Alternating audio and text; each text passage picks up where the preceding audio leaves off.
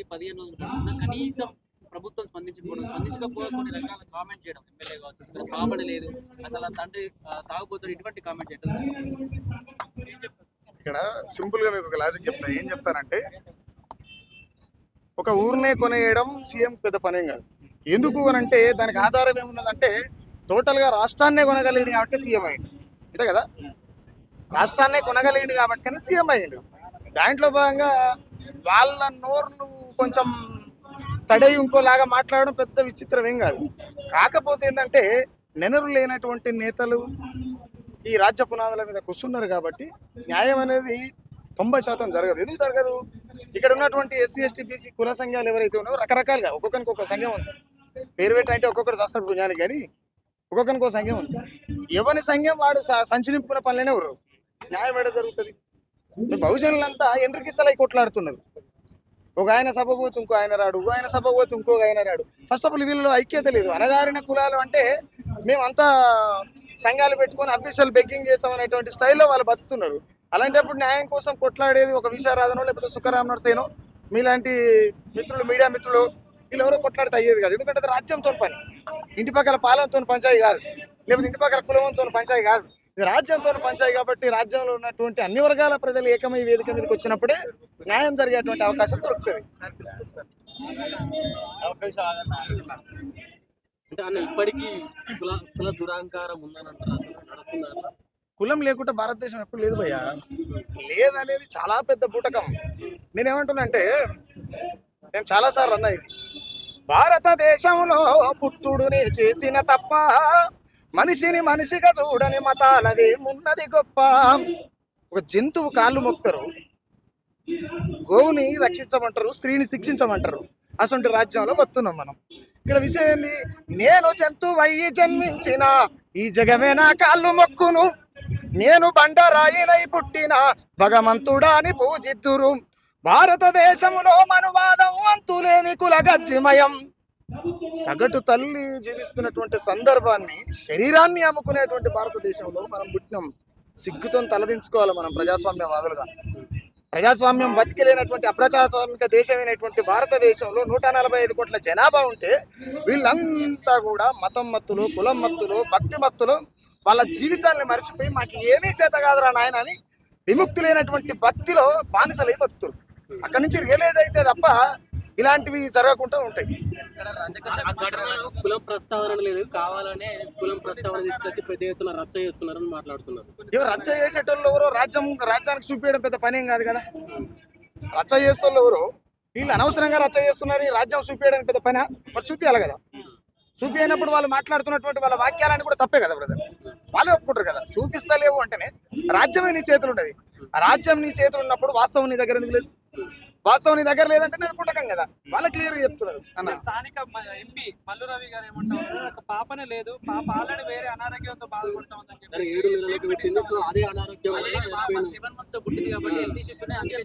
స్థానిక ఎంపీ అంటా ఉన్నారు. అయితే నేనేమంటా అంటే, మీరు మళ్ళీ ఎప్పుడన్నా అదే ఎంపీ కలిస్తే అడుగురి. ఈ దేశంలో నిండు నొప్పులతో కొట్లాడుతున్నటువంటి తల్లి కడుపులో కూడా పిల్ల లేదు, ఆమెకి తిన్నది అరగక ఆయాసమై మొత్తుకుంటుందని చెప్తారు. ఇప్పుడు ఆయన మాట్లాడేది అట్లనే ఉంది. అంతే కదా.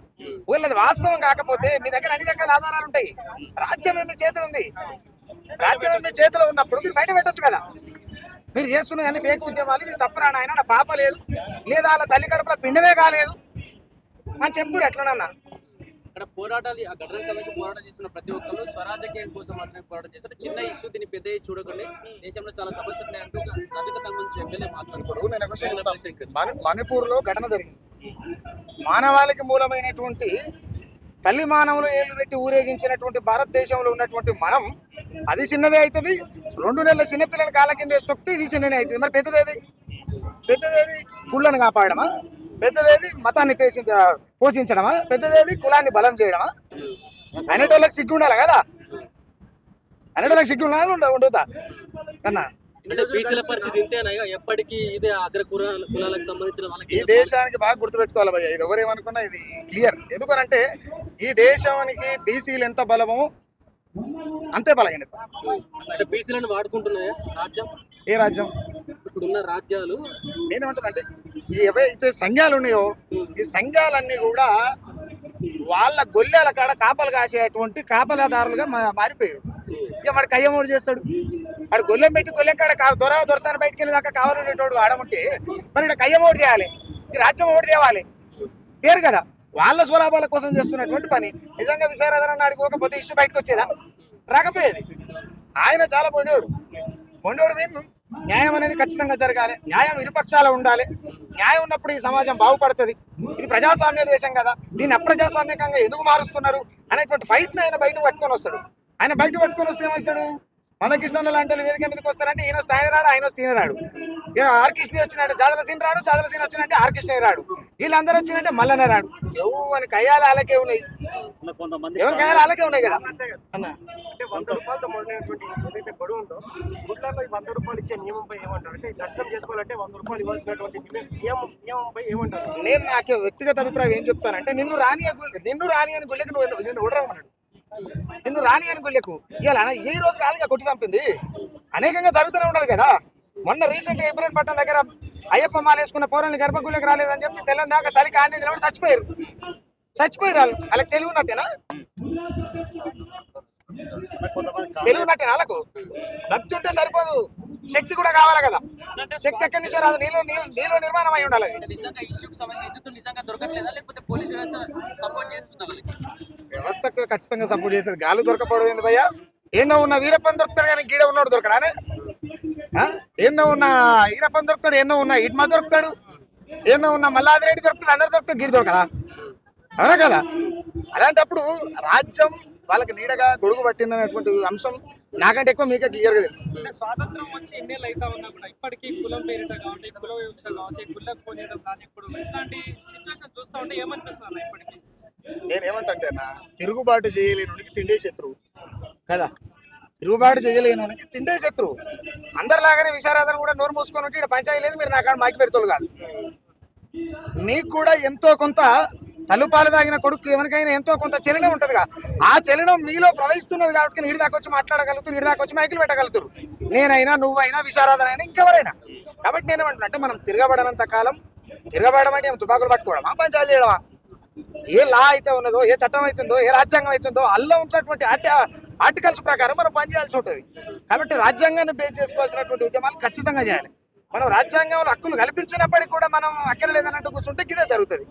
ఇలా ఇడికే అవుతుంది. రేపు ఇది అనుకోకుండా జరిగిందా, అనుకోని జరిగిందా, ఏదేమైనప్పటికీ ఆధారాలు బయటకు వచ్చిన సందర్భంలో రేపు ఇది క్లియర్ గా రోజు జరిగేటువంటి అంశాలు. నాకు తెలిసి ఇది ఫస్ట్ మెట్ అనుకుంటా ఈ సందర్భంలో. గత 3 ఏళ్ళు, ఇంకొక 5 ఏళ్ళు, 8 ఏళ్ళు దాటేలోపు ఇది ఆనవాయితీగా వస్తుంది. ఇది ఆనవాయితీగా రాబోతున్నది. ఆడపిల్ల నడి రోడ్డు మీద తిరిగితే అర్ధనగ్నంగా ఊరేగించేటువంటి సమాజాన్ని మనం తొందరలో చూడబోతున్నాం. ఇది గుర్తుపెట్టుకోరు. అన్న, కులం కుంపటిలో ఈ మునిగిపోతున్న ఈ వ్యవస్థ గురించి ఒక పాట పాడాలి. నేనేమంటానంటే, ఈ దేశం కులం, ఈ కులం అనేటువంటి గజ్జి తలిగినది ఏది కూడా ముందల